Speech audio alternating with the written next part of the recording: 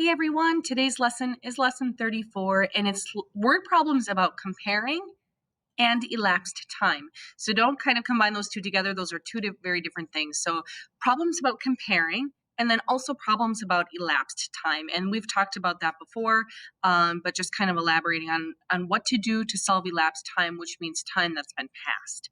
And that has to do with like minutes and years and decades, all sorts of time that has been passed. So let's go ahead and take a look at our learning targets for today. Pretty straightforward. Solve comparing word problems and solve elapsed time word problems. Looking at these comparing problems, I'm going to go ahead and zoom out so you can see more of the screen. I will go back and read this, but I just want to show you, I just want you to focus here on this visual for a moment. I think, I can't remember if there are one or two examples about comparing.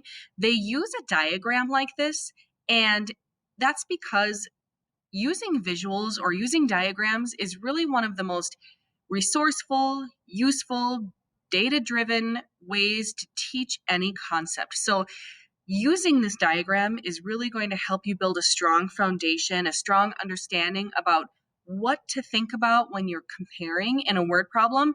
You do not absolutely need to use this model.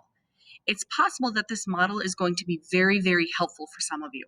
And it's also possible that this model is just complicating things for some of you. And it's also possible that some of you are way beyond thinking about this model.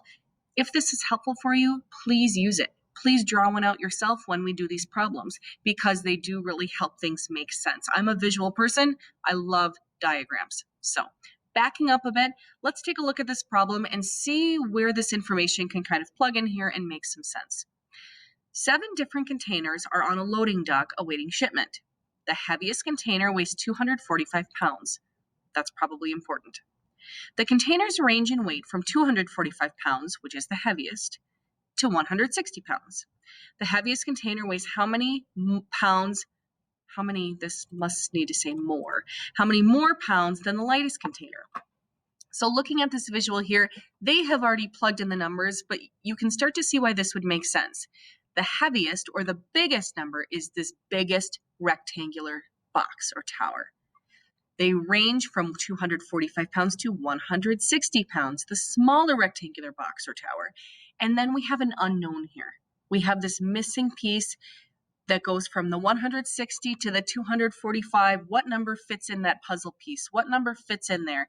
And ultimately know that we need to take the larger number, subtract this smaller number, and find the difference. The difference is a vocabulary word that means your answer when you subtract.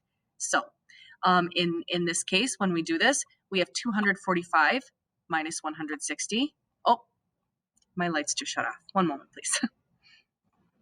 All right, that's better. I can see again. My lights are back on. And while the video was paused, I went ahead and set up this problem.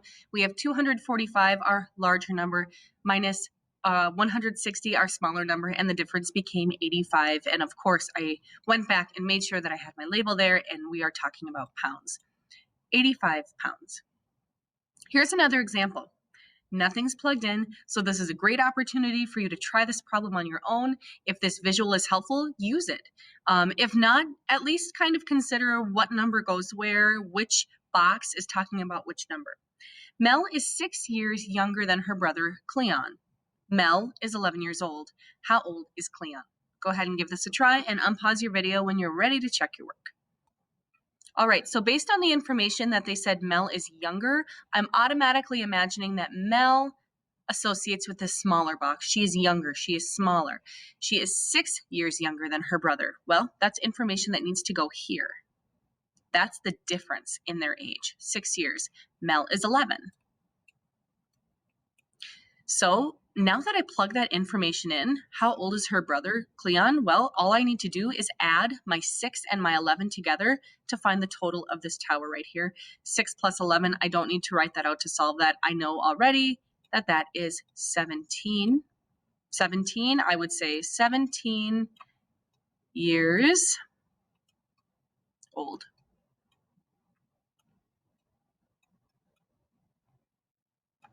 Okay.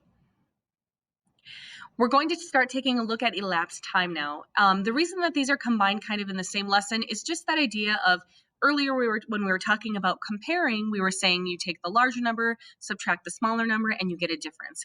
Solving for elapsed time is basically that same idea. You're going to take the later time, subtract the earlier time, and find your difference. And that difference becomes your elapsed time. So using that mentality, let's take a look at this problem right here. How many years were there from 1492 to 1620? So same kind of equation or same type of way to solve. Take that later year, subtract the earlier time or year, and your difference is the elapsed time, how many years in between. Go ahead and give this a try and pause to take a look at the answer. All right, so I have my problem all set up here. We have 1620 minus 1492. I'm just going to subtract like normal. So 0 minus 2, I can't do that. I'm going to regroup here. 10 minus 2 is an 8. 1 minus 9, again, I need to regroup. 9, 10, 11 is 2. 5 minus 4 is 1. So 128, and in this case, we're talking about years. 128 years passed. Working with years is fairly simple because you can set it up just like any math problem, addition or subtraction. The next problem gets a little bit trickier because I think it takes some visualization. Now we're talking about times of day.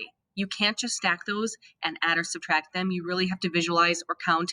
I swear, anytime I'm doing work like this, I count on my fingers. Nothing wrong with doing that. So a school day at Edison School begins at 8:10 a.m. The school day ends at 3:15. What was the length of the school day? Pause this video, do this work, and unpause when you're ready to check your work with mine. All right, so I'm literally just going to model counting on my fingers. I'm not going to write anything on paper right now. Basically, what I would do is just start at 8 and count up to the end of the day. So we have 10 a.m. I'm just going to talk in hours for a moment. 8, 9, 10, 11, 12, 1, 2, 3. So I'm at 7 hours. I'm just going to jot this down really quick. I'm at 7 hours. 8:10 to 3:10 would be 7 solid hours. But the end of the day isn't at 3:10, it's at 3:15. I know that 3:15 is 5 minutes more than 3:10 or 10 after. 15 happens 5 minutes after that. So instead of just 7 hours, it's a little bit more than that. 15 is 5 minutes more than this 10. So I'm going to say 7 hours and 5 minutes. Hopefully this is helpful. Thanks for watching this video and have a great day.